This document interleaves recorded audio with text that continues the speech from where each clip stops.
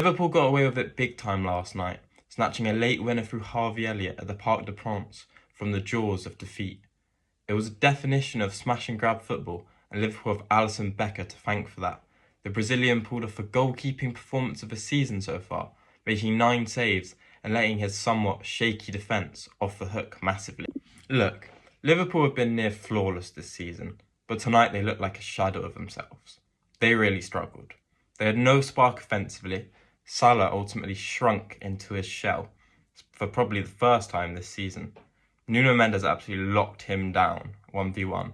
He came out superior in every single battle, and what was a brilliant performance from the Portuguese man once again. But I was surprised from what I saw from Liverpool, to be honest.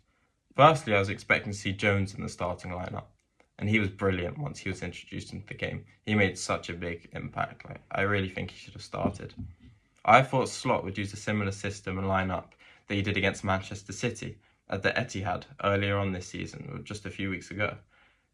The system there gave them full control of the game, both in and out of possession. They got peppered stats-wise, but they were brilliant and they were fully in control. They dominated the match, just without the ball. I mean, it was vintage. It was almost Mourinho-like.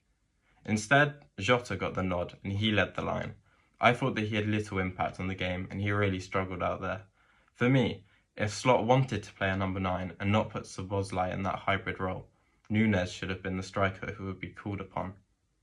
Of course, he has his weaknesses and inconsistencies, but I think yesterday's game suited him to a T. Backs against the wall, feeding off scraps. It was a physical battle out there. I think he would have given Marquinhos and Pacho a lot to think about. Certainly a lot more than Jota managed to do. Moving to the defensive side of things, Liverpool couldn't cope, especially in that first half, and they faced an absolute onslaught. It was wave after wave of them hanging on and trying to keep up with this young and exciting PSG outfit, but they did not deal with it well. How they got through that first half unscathed, I'll never know. It will always remain a mystery to me. They were outplayed, outclassed, outwitted. It was a total mismatch, and Alisson got them through it, alone, in what we will look back on as a legendary performance from the Brazilian.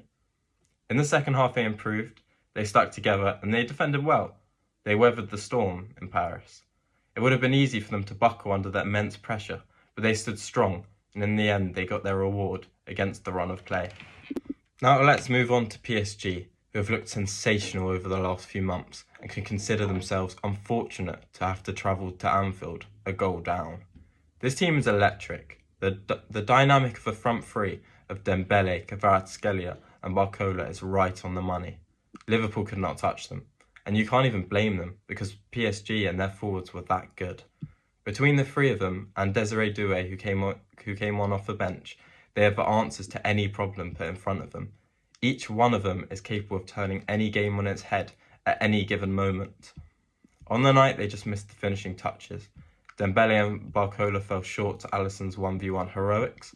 Kvaratskhelia came close numerous times and had an early goal chalked off for being the slightest fraction offside. João Neves should have converted his chance but blazed it over.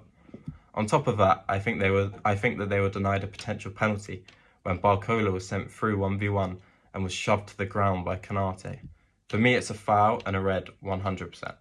Now, whether it was actually in the box or not is another question. But either way, Konate found himself very, very lucky. And had it gone the other way, the outcome of the game and the balance of a tie would be looking very different. PSG should be proud of their performance. You only need to look back to early this season, to games like Arsenal, Atletico Madrid and PSV, where they lacked spirit and belief, and the quality did not shine through because of this. Recent performances have represented the individuals and the unity of the team and showed the true colours of the club and who they want to be. Tonight they had 27 attempts on goal compared to Liverpool's 2 attempts. That is a crazy stat, which would have been unthinkable before a ball was kicked last night. This isn't Nantes or Montpellier who they're playing, it's Liverpool, the team who sit top of the Premier League, the team who've only lost 3 times in all competitions this season, only once in a match they'll care about, and they dominated them. They absolutely dominated them. 27 attempts to 2. 10 on target compared to 1. Luis Campos has done such a magnificent job at turning around a sinking ship of individuals and mediocrity into such a talented, young and hard-working squad with a French core and a phenomenal manager at the core in Luis Enrique. They have dealt with the loss of Mbappe better than anyone could have imagined, sharing the spotlight he left instead of replacing him with a £100 million signing like the PSG of old would have. I feel for PSG for not getting anything out of the game today, but the tie's not over yet. If they arrive at Anfield guns blazing in a similar fashion to they did tonight, they still have a real chance to make the quarter-finals. As for Liverpool, we know they thrive and even live for nights like these at Anfield. They'll be extremely hard to beat, but the Champions League is always full of surprises, meaning we can't count PSG out just yet. All is still to play for at Anfield next week.